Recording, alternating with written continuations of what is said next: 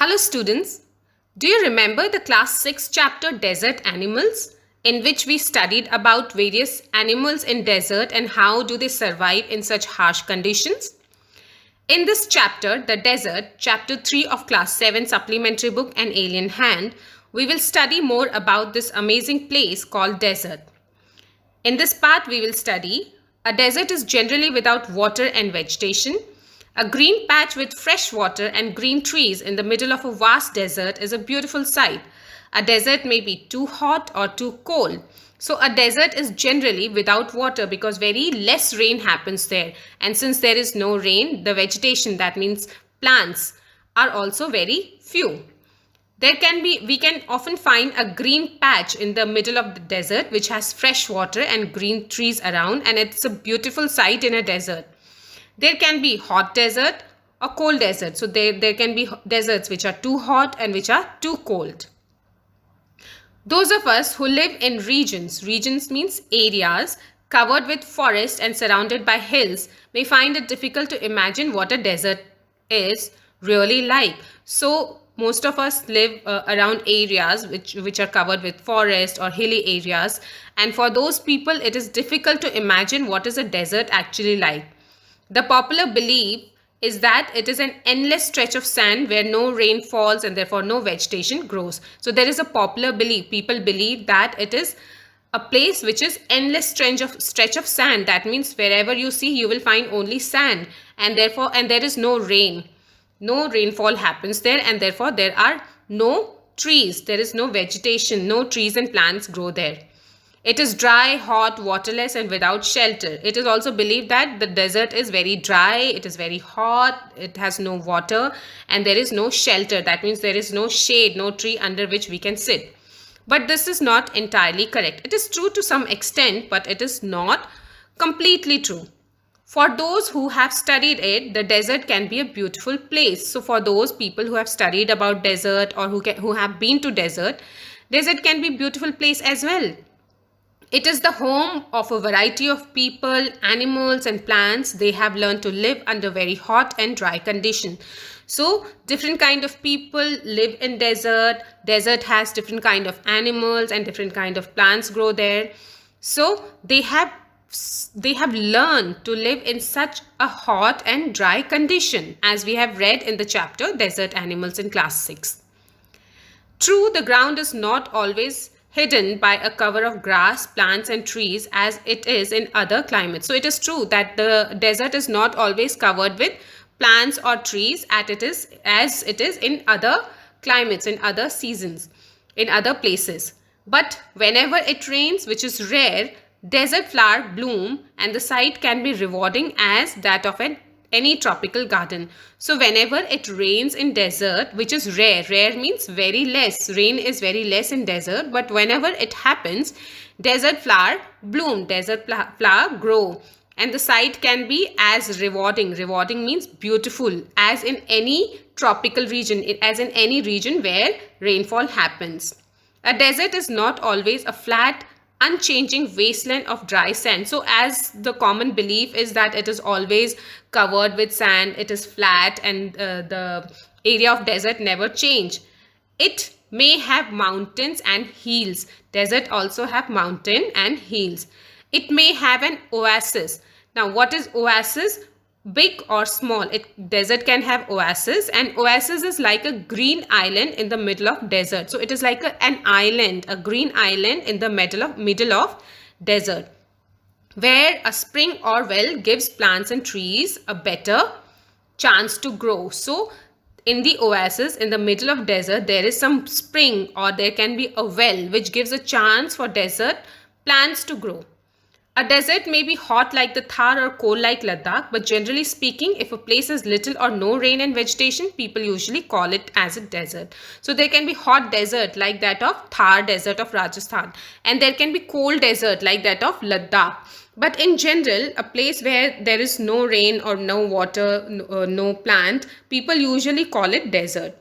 Some deserts are almost totally without water. In such places, strong winds blow, raising heaps of sand and deposit them as mound. So in some desert there is no water at all. And in such places, what happens?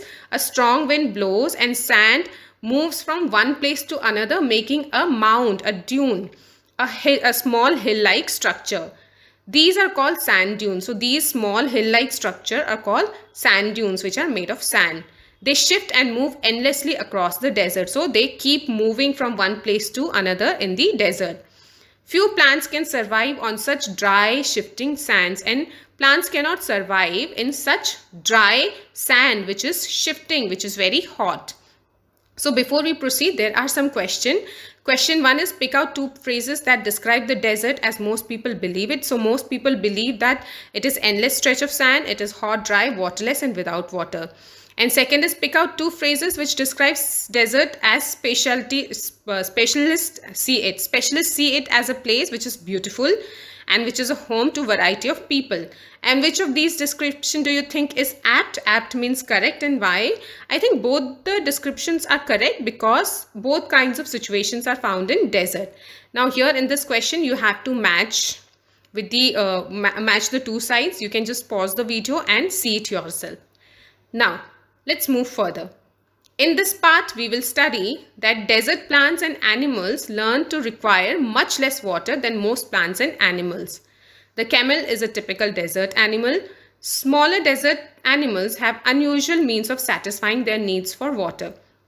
So, in desert, plants and animals require much less water because they have learned to survive in that harsh condition. And camel is a typical animal found in desert. And smaller desert animals have unusual means. Unusual means which is not very common, a very different way of satisfying their need of water. Now let's read. All living things need water in order to survive. It is true that we all need water. Without water, we cannot survive. The few plants and animals that live in deserts have developed the ability to require less water than most plants and animals. So there are very few plants and animals that live in desert, and they have developed an ability so that they need very less plants and water, less water as compared to plants and animals in other regions. The camel, popularly known as ship of desert, can drink a lot of water at one time. So as we have seen in class 6 that a camel can drink a lot of water at one time. Camels can do without water for days together. So they can live without water for many days. The reason is that they sweat very little. So the sweat is very little. Camels sweat very little. So the water from their body goes out in a very little quantity. We sweat because we must keep our body temperature constant. We sweat when it gets hot, and this cools the body. So why do we sweat? Because we have to maintain the temperature of our body. When it is very hot outside, the sweat comes and our body cools down. Camels can stand high body temperature, but camels sweat very little and they can tolerate very high temperature. They don't need to sweat and can therefore retain water they drink for a long period of time. So they don't sweat and therefore they can retain the water that they drink for a long period of time. The smaller desert animals do not drink water. So small desert animals, they don't at all drink water. They burrow underground during the hot day and come out at night to eat. Burrow means they move underground. They stay underground, below the ground during the hot daytime, and they come out only at night when it is cold. They come out at night to eat. Some of them eat other animals and get water they need from the moisture in the meat. So some animals, they eat other animals and they get water from the moisture. Moisture means wetness in their meat, in the animal they are eating. Other eat plants and seeds and get the water they need from plant juices. And other animals eat desert plants and seeds and they get all the moisture, all the water from their juice, from plant juice. Desert plants also adapt themselves. Adapt means change according to situation. So desert plants also change according to situation. They adapt themselves to the life they lead. Cactus plants store water in their thick stems. Like cactus plant, it is found in desert. It stores water in its thick leaf. If you have seen cactus plant, it has very thick leaf. Their roots lie close to the surface of ground and quickly absorb the moisture from the light rains that occasionally fall. So the root of cactus plants is not very deep. So they stay on the surface, and when water falls, when rain happens, they quickly absorb that water from the rain. The major feature of all desert is, of course, dryness and variation of temperature. So this is a big feature of all the desert, that it is dry and the temperature keeps changing.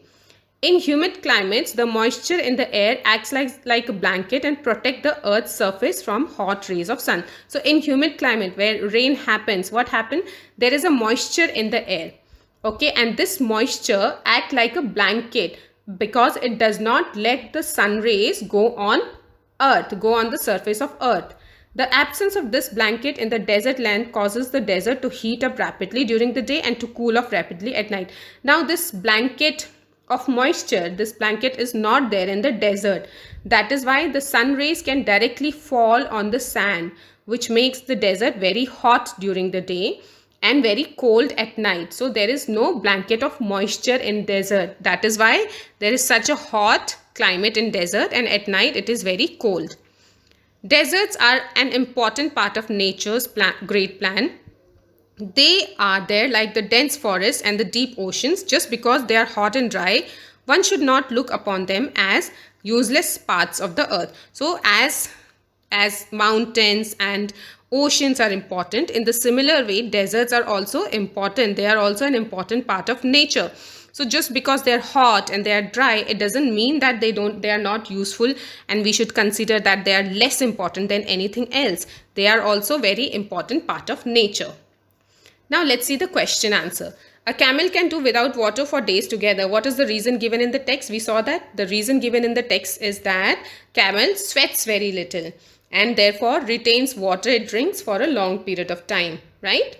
Now next question. How do smaller desert animals fulfill their need for water? We have seen that they stay in underground burrows. Some of them eat smaller plants and animals and get moisture from their body, and some also eat other plants and seeds and get water from plant juices. In a desert, the temperature rises during the day and falls rapidly at night. Why? Because we saw that there is no moisture blanket in the desert, right? In humid climates, the air has moisture that protects the heat of sun from reaching Earth's surface. Desert do not have this moisture cover, this moisture blanket. That is why they heat up rapidly during the day and cool off rapidly at night, right? So this was the chapter, the desert, students. It was quite an easy chapter and I hope you have understood it. Thank you for listening.